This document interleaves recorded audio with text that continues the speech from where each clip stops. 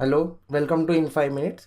We have done with the DC analysis and we have started with the AC equivalent circuit of the JFET. Now, coming to the AC analysis, we have already seen how to draw the AC equivalent circuit. Now here, first to identify the type of JFET.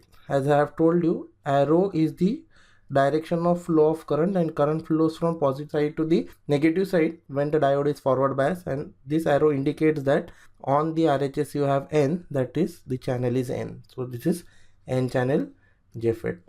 Now the configuration is fixed bias configuration. As you know, a separate voltage is provided to the gate which will bias the terminals. You can say this is your gate, this is your source, and this is your drain. Input is applied to the gate, output is taken from the drain, so the configuration is common source. Now coming to the points, if IDSS, VP and lambda are given in the question, from these values you can do the DC analysis, and lambda indicates you need to consider the output resistance RO, that is lambda into IDQ. The inverse will give you the value of small RO, that is output resistance. Now coming to the DC equivalent circuit, for DC analysis the same steps what we have done in BJT. Will open circuit capacitors and remove AC sources.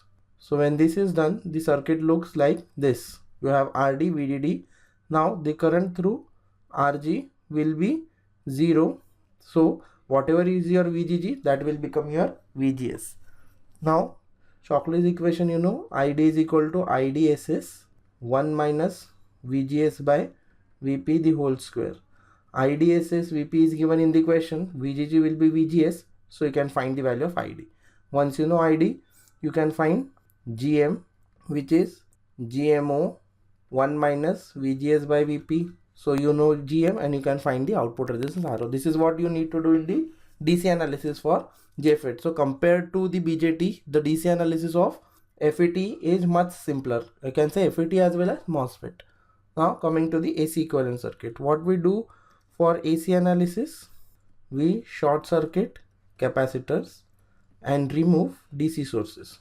So C1 will be shorted, C2 will be shorted, VDD and VGG will be shorted. So the circuit will look like this. Your VGG supply is shorted, VDD is shorted, capacitors are shorted, and the FET is just replaced by the equivalent model. This is equivalent model what we have seen in the previous video for JFET. Now the question is to find ZI. What is ZI? It is nothing but the input impedance. Input impedance can be written as input voltage upon input current. Similarly, ZO is the output impedance, which is VO upon IO. AV is nothing but the voltage gain, which can be written as VO by VI. Now we need to find all the sums for this fixed bias configuration. So for the diagram shown, you can see it has ZI, it has ZO. So we need to find the resistance looking from the input side, output side. So we need to consider RO only when the value of lambda is specified in the question. Now what you can say, the polarity of VGS defines the direction of GM VGS. This positive negative defines the direction of GM VGS. If it is opposite, the current will flow in the reverse direction. Now to begin with the analysis,